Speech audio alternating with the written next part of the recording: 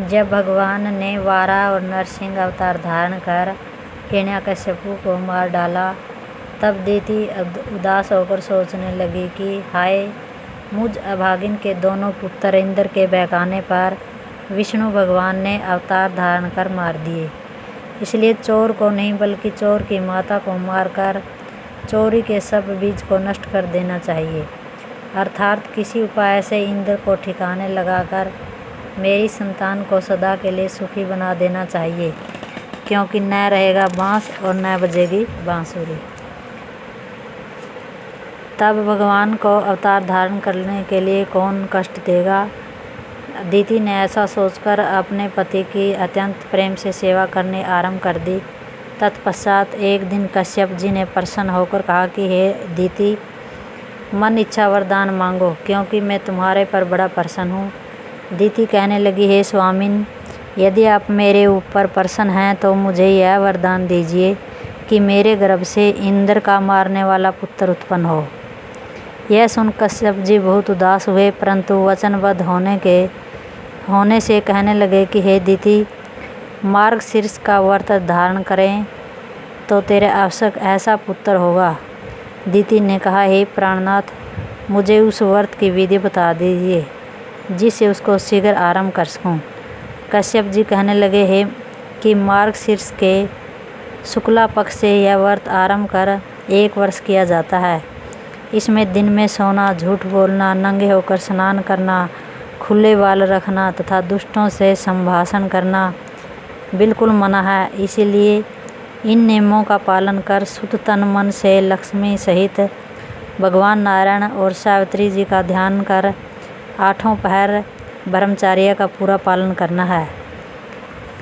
दीति, यदि ईश्वर की कृपा से तेरे व्रत में कोई विघ्न नहीं होगा तो आवश्यक इंद्र को मारने वाला तेरा पुत्र उत्पन्न होगा।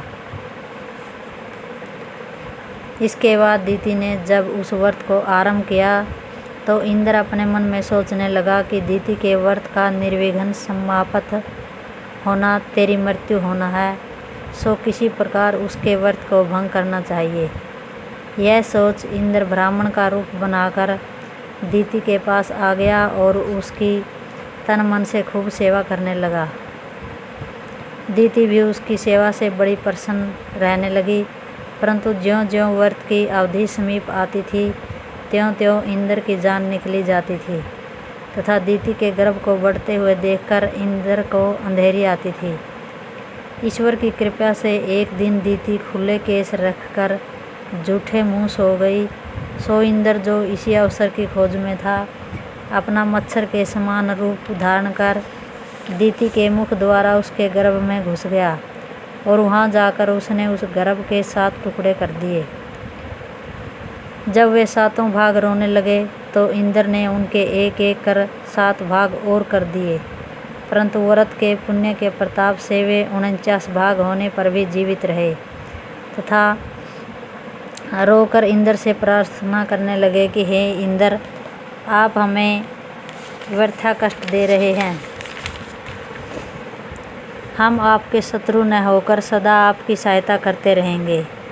यह सुन इंद्र ने कहा, हे भाइयों, आपका नाम मैंने मारुत रख दिया है, सो आप सदा मेरे साथ रहा करोगे।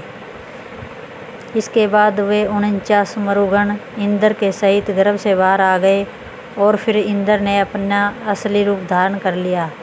इंद्र को सम्मुख देखकर दीति कहने लगी, हे इंद्र, मैंने एक पुत्र के लिए व्रत किया था, सो तुम्हारे साथ इन 49 पुत्रों को जन्म लेना क्या अर्थ रखता है। इसके बाद इंद्र ने हाथ जोड़कर आदि से अंत तक का सारा वृत्तांत कह सुनाया, जिससे सुनकर दीति कहने लगी, हे पुत्र, तुम्हारी सेवा से मैं बड़ी प्रसन्न हूँ और अब मेरे चित्त में तुम्हें मारने का कोई विचार अवशेष नहीं रहा है।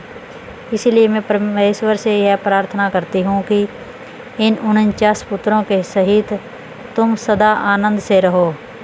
तत्पश्चात प्रसन्न होता हुआ मरुदगणों के सहित इंद्रलोक में चला गया और आनंद से वहाँ का राज्य करने लगा। जय श्री कृष्णा।